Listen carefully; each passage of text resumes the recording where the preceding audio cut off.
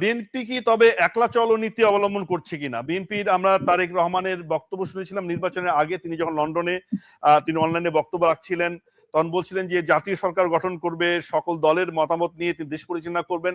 কিন্তু যে প্রশ্নটি ফরিদুল হক তুললেন যে আজকে ভিসিতে যখন নিয়োগ হচ্ছে, আমাদের বিভিন্ন সিটি কর্পোরেশনের প্রশাসক নিয়োগ করা হচ্ছে, স্থানীয় সরকার নির্বাচনে বিএনপির কোন রকম চিন্তা ভাবনা এখন পর্যন্ত নাই, জেলা প্রশাসনগুলোতে প্রশাসক নিয়োগ করা হচ্ছে একতরফা ভাবে দলীয় বিবেচনায়। মানে এটি কি আসলে আমাদের রাজনীতির স্বাভাবিক পরিণতি? তাহলে পরিবর্তনটা কেন হলো না? মানে বিএনপি আসলে কোন রাজনৈতিক পথে যাচ্ছে? এটা আত্মঘাতী পথ যেটি ফরিদুল হক বলছেন, আপনি কি মনে করেন? ধন্যবাদ। আমি অল্পর মধ্যেই শেষ করব। বিশ্ববিদ্যালয়ের উপাচার্য দিয়ে শুরু করি। অধ্যাপক এ কে আজাদ চৌধুরী যখন ভিসি হন তখন তিনি আওয়ামী লীগের উপদেষ্টা মন্ডলীর সদস্য ছিলেন। আর ডক্টর ওবায়েদ গতকালকে ভিসি হয়েছেন, তিনি বিএনপির শিক্ষা বিষয়ক সম্পাদক। কিন্তু ডক্টর ওবায়েদ ঢাকা বিশ্ববিদ্যালয়ের শিক্ষক, তিনি কিন্তু কোনো ব্যাংক কর্মকর্তা। আপনি ঢাকা বিশ্ববিদ্যালয়ের একজন শিক্ষককে ঢাকা ইউনিভার্সিটির ভিসি করেছেন, তিনি হয়তো কোনো একটা রাজনৈতিক দলের সাথে যুক্ত। বাংলা একাডেমি যে ডিজি আমরা অন্তর্বর্তীকালীন সরকারের সময় দায়িত্ব দিয়েছিলাম, তারও তো রাজনৈতিক সম্পৃক্ততার অভিযোগ আছে, আছে না?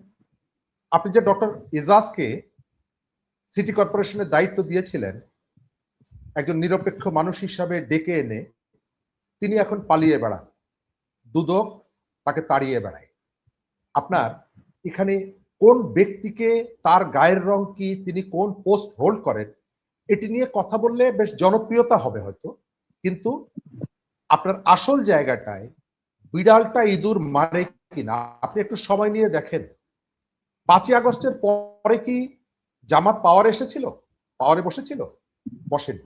তাহলে ঢাকা বিশ্ববিদ্যালয়ের যিনি ভিসি হলেন তার সম্পর্কে অজস্র অভিযোগ আছে, অজস্র অভিযোগ আছে, তার রাজনৈতিক সম্পৃক্ততার অভিযোগ আছে। এমনকি চট্টগ্রাম বিশ্ববিদ্যালয়ে হত্যাকাণ্ডের সাথে তার সার্কেল, তাদের সম্পর্ক প্রশ্ন এসেছিল না? এসেছিল তো। আমরা কি প্রতিবাদ করেছি? বিভিন্ন বিশ্ববিদ্যালয়ে আপনি যাদেরকে নিয়োগ দিয়েছিলেন, একটা সফট জামাত, একটা সফট বিএনপি, আপনি তখন কি কথা বলেছেন? আপনি তো তখন কথা বলেননি। ঢাকা ওয়াসার চিফ ইঞ্জিনিয়ার যে সমস্ত প্রসিডিউর মেনটেন করে তাকে নিয়োগ দেওয়া হলো, আমরা শেখ হাসিনার কুশাসন, সেই কুশাসনের মধ্যেও দুর্নীতির অভিযোগে তাকে সাসপেন্ড করা হয়েছে, তার বিরুদ্ধে তদন্ত হয়েছিল, মামলা ছিল, তারপরেও আমরা তাকে বসালাম কেন? আমাদের যে গণ অভ্যুত্থানের পোস্টার বয়রা তো এখানে দায়িত্ব পালন করেছেন এবং কথা আছে যে তারাই একটা ভূমিকা রেখেছেন এদেরকে এখানে এই পদগুলোতে বসানোর জন্য। আমি ফরিদকে অনেকদিন ধরে চিনি, তাদের অনেস্টিকে, তাদের সৎ আকাঙ্ক্ষাকে আমি রেসপেক্ট করি এবং এটাও বলতে চাই যে তাদের যে কনসেপ্টগুলো এনসিপির মধ্যে, তারা যে ভাবনাগুলো ভাবে, আমি সবসময় অ্যাপ্রিসিয়েট করি, কিন্তু বাস্তবতার জায়গাটাকে জানেন?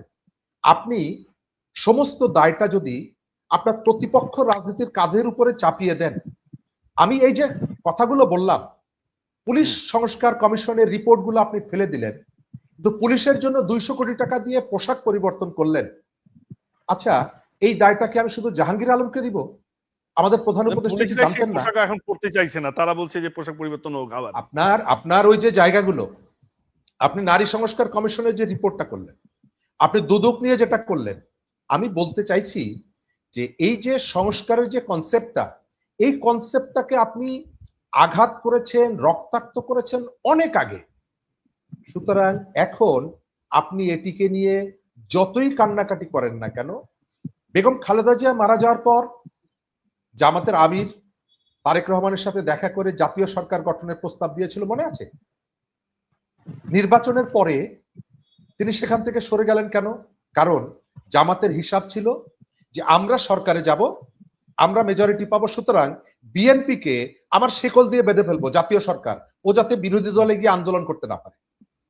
কিন্তু ভাগ্যের নির্মম এবং নিষ্ঠুর পরিহাস, এত স্বপ্ন যখন জামাতের বিফলে গেল, তখন স্বপ্রণোদিত হয়ে বলছে আমরা জাতীয় সরকারে যাব না। তাহলে তুমি গিয়ে একটা শোকাতুর একটা পরিবেশের মধ্যে ওই প্রস্তাবটি কেন দিয়েছিলে?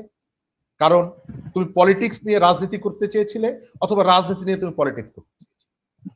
আমাদের Politics নিয়ে রাজনীতি। এই যে চালাকিগুলো, এই যে কৌশলগুলো আমাদের সম্ভাবনাটাকে নষ্ট করে দিল।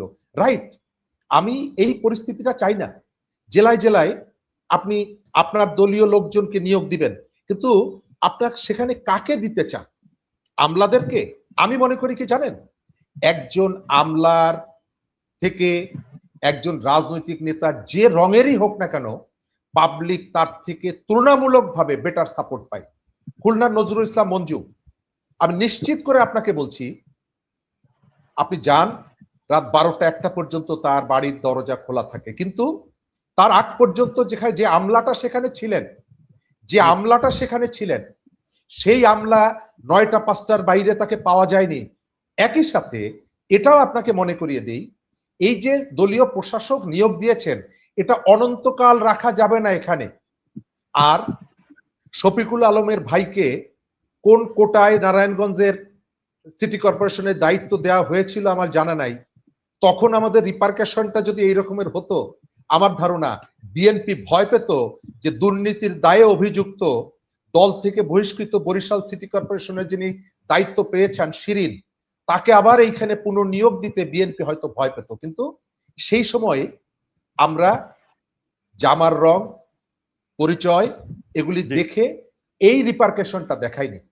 আমি চাই স্থানীয় সরকারকে নিজেদের কবজায় নেওয়ার জন্য যে প্রসিডিউর, সেটি মেনটেন না করে স্বল্প সময়ের মধ্যে এই জায়গাগুলোতে নির্বাচনে যেতে হবে। তবে এই মুহূর্তে এই ধরনের মানুষজনকে নিয়োগের আমার ধারণা কোনো বিকল্প ছিল না। জি, শরীফ চমৎকার বলেছেন। শরীফ, আর 5টা মিনিট কি আপনি থাকতে পারবেন? না হলে মানে ফিরে এসে আপনাকে দিয়ে শেষ করতে চাই। 3 মিনিট। ফরিদুল্লাহকে আমরা 2 মিনিট শুনবো, শুনে আপনাকে দিয়ে একটু শেষ করবো। আর 3টা মিনিট সময় দিবেন। ফরিদুল হক, আমার প্রশ্ন নেই, শরীফুজ্জামান শরীফের বক্তব্যের প্রেক্ষিতে আপনার যে বলার আছে কিনা, যে নিন্দিলে পিন্দিতে হয়, অর্থাৎ আপনার যে অভিযোগে অভিযুক্ত করছেন বিএনপিকে, সেই অভিযোগে কিন্তু জামাতকে অভিযুক্ত করা যায়, আপনাদের অভিযুক্ত করা যায়। অন্তপক্ষে ডক্টর ইউনূসী সরকার আমলে আপনারা যখন ক্ষমতায়িত হয়েছিলেন, আপনারা যখন বেশ প্রভাব বিস্তার করেছিলেন, দলীয় প্রশাসনগুলোতে স্ট্র্যাটেজিক পদে বিশ্ববিদ্যালয়ে জামাতের অনেক লোক নিয়োগ পেয়েছিল, তখন কিন্তু যোগ্যতা বিবেচনা, অভিজ্ঞতা একটু বিবেচনা করেননি। তখন যদি আপনারা বলতেন, তাহলে হয়তো আজকে বিএনপি সেই সাহসটা করতো না। মোটে এরকম নয় ব্যাপারটা। আমরা বারবার বলেছি, এটা একটা প্রসেস তৈরি করা হোক, প্রসেসের মধ্য দিয়ে নিয়োগ করা হোক। আচ্ছা, তত্ত্বাবধায়ক সরকারের সময়, অন্তর্বর্তী সরকারের সময় তো জাহাঙ্গীরনগর বিশ্ববিদ্যালয়ের ভিসি নিয়োগ দেওয়া হয়েছে, তার ব্যাপারে তাকে কি বিএনপি সরাবে? কি মনে হয় আপনার? কিংবা কুয়েটের যে ভিসি কে দেওয়া হয়েছিল, যেই ভিসি কে ছাত্ররা আন্দোলন করে ঘাড় ধাক্কা দিয়ে বের করে দিয়েছিল, সেই ভিসি কে আবার ফেরত পাঠানো হয়েছে। তা মানে এটা কি মিন করে? খেয়াল করেন, শরীফ ভাই শুধু ওই ব্যক্তিগুলোর কথা বলছে যারা যারা জামাতের সাথে সংশ্লিষ্ট কিংবা সংশ্লিষ্টতার অভিযোগ আছে, বিএনপির কথা কিন্তু বলছে না। এবং এটার মধ্যে দিয়ে একটা ফ্রেমিং করানোর চেষ্টা করা হচ্ছে যে যেহেতু জামাতের সাথে এনসিপি এখন নির্বাচনী জোটে আছে, তাহলে জামাত এনসিপি আসলে ওই সময় সরকারটাকে পুরোপুরি নিয়ন্ত্রণ করতো, বিএনপির আসলে কিছু ছিল না। বিএনপি কিন্তু এখানে একটা দেখবেন যে সবসময় ভিকটিম প্লে করে, যাতে আমরা খুব ভিকটিম ছিলাম, আমরা খুব ছিলাম। অ্যাটর্নি জেনারেল অফিস 6 তারিখে কারা দখল করলো? বাংলাদেশে তখন কি কোনো প্রধান উপদেষ্টা কিংবা প্রধানমন্ত্রী ছিল? রাষ্ট্রপতি কিভাবে অ্যাটর্নি জেনারেলকে 6 তারিখে মানে নিয়োগ দেয়? এবং তথাকথিত 106 এর যে রেফারেন্স, এই রেফারেন্স কে আনলো? অ্যাটর্নি জেনারেল অফিস থেকে। আমরা এগুলো কিন্তু জানি, কিন্তু ঘটনা হচ্ছে যে আমরা এগুলো বলি না। আমরা এগুলো বলি না কেন? কারণ এগুলো বললে ক্ষমতাকে প্রশ্ন করা হয়। এই জিনিসগুলো আমাদেরকে মনে রাখতে হবে। এবং এই 106 দিয়ে পুরো গণ অভ্যুত্থানকে ওটার ভিতরে ঢুকাই দেওয়া হলো। আপনি খেয়াল করেন যে 72 ঘন্টা এটা নিয়ে কিন্তু আলাপ আলোচনা চলতেছে, যে বারবার তারা চেষ্টা করছে এটাকে সংবিধানের ভেতরে ঢুকানোর জন্য।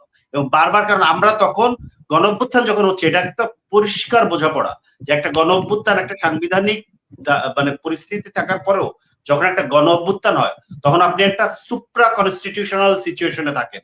এছাড়া গণ অভ্যুত্থান হতে পারে না।